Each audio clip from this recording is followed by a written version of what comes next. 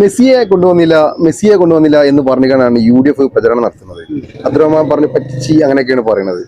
പിന്നെ നിങ്ങളൊരു football player ആണല്ലോ, പിന്നെ ഒരു ആർട്ടിസ്റ്റ് കലാകാരനും കൂടിയാണ്.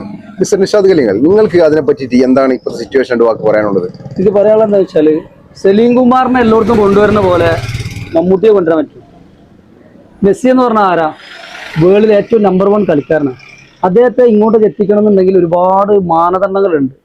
പുള്ളി ഒരു ശ്രമം നടത്തി. ഒരു കുട്ടികളൊക്കെ നടന്ന് നീങ്ങുന്ന സമയത്ത്, ഇപ്പോൾ നടന്നു തുടങ്ങുന്ന സമയത്ത് കുട്ടികൾ ചിലപ്പോൾ വീഴാറുണ്ട്. അപ്പൊ വീണ് കഴിഞ്ഞാൽ വീൽ ചെയറിലുള്ള പോലെ വീണ്ടും എണീറ്റ് നടക്കാനാണ് ശ്രമിക്കല്. പുള്ളി ഇവിടുത്തെ മലപ്പുറം ജില്ലയിൽ ഒരുപാട് മെസ്സി ആരാധകർ, അർജന്റീന ആരാധകരുണ്ട്.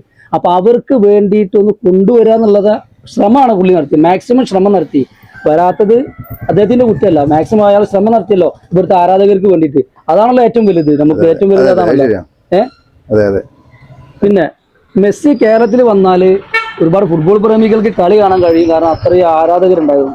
പക്ഷെ നമ്മുടെ നാട്ടിലെ വികസനവും അതും തമ്മിൽ രണ്ടും രണ്ട് തന്നെയാണ്. നമ്മുടെ നാട്ടിൽ വികസനം വേണം. താനൂർ അദ്ദേഹം നിരവധി സംഭവങ്ങൾ കൊണ്ടുവന്നാണ്. നമുക്ക് ഇവിടെ നിന്നുള്ള ഈ മണ്ഡലത്തിലുള്ള നമുക്ക് തന്നെ നോക്കി കാണാം. താനൂർ പോയാൽ മതി. നമ്മൾ ഒരുപാട് കാലം താനൂർ വഴി കടന്നു പോയിട്ടുണ്ട്. ഒരുപാട് അന്നുള്ള താനൂരല്ല ഇന്ന് കാണുമ്പോൾ എനിക്ക് തോന്നുന്നത്, എൻ്റെ കാഴ്ചപ്പാടിൽ. അപ്പോൾ വികസനമാണ് നമുക്ക് വേണ്ടത്. അപ്പോൾ അദ്ദേഹത്തിന്റെ നാട്ടിൽ വന്ന് അദ്ദേഹം വികസനം നടത്താം എന്നാണ് പറയുന്നത്. അല്ല മെസ്സിയുടെ പേര് പറഞ്ഞുകൊണ്ട് മെസ്സി വന്നില്ല എന്ന് പറഞ്ഞിട്ട് ഒരു കാര്യമില്ല. ഇപ്പൊ മെസ്സിനെ വീട്ടിൽ പോയിട്ട് പുള്ളിക്ക് കൈ പിടിച്ചിട്ട് മെസ്സി വാന്ന് പറഞ്ഞിട്ട് കൊണ്ടുവരാൻ പറ്റില്ലല്ലോ എന്തായാലും.